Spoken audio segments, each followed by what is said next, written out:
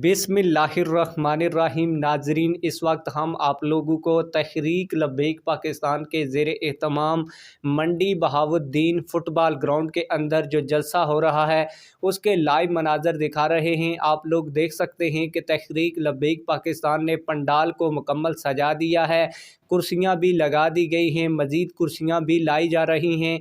तहरीक लब्बैक पाकिस्तान मंडी बहाउद्दीन के कायदीन का कहना है कि आज शाम के वक्त जब हाफिज़ साद रिजवी साहब जलसे में खताब करने के लिए पहुंचेंगे तो ये जो जलसा गाह है ये कारकुनान से खचा खच भर जाएगी। आप लोगों को बताता चलूँ कि तहरीक लब्बैक पाकिस्तान के अमीर हाफिज़ साद रिजवी साहब की सिक्योरिटी के लिए तहरीक लब्बैक पाकिस्तान के तरबियत याफ्ता 1000 कमांडोज भी आ चुके हैं, जबकि तहरीक लब्बैक पाकिस्तान के रज़ाकाराना तौर पर जो लोग सिक्योरिटी करते हैं उनकी भी एक बड़ी तादाद यहाँ पे मौजूद है।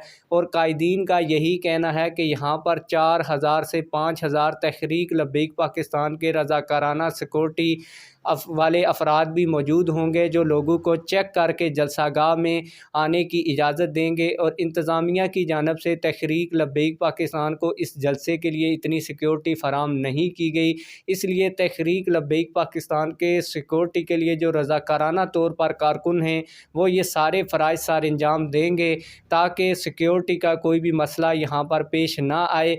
आप लोगों को बताता चलूँ कि स्टेज को फूलों से भी सजा दिया गया है।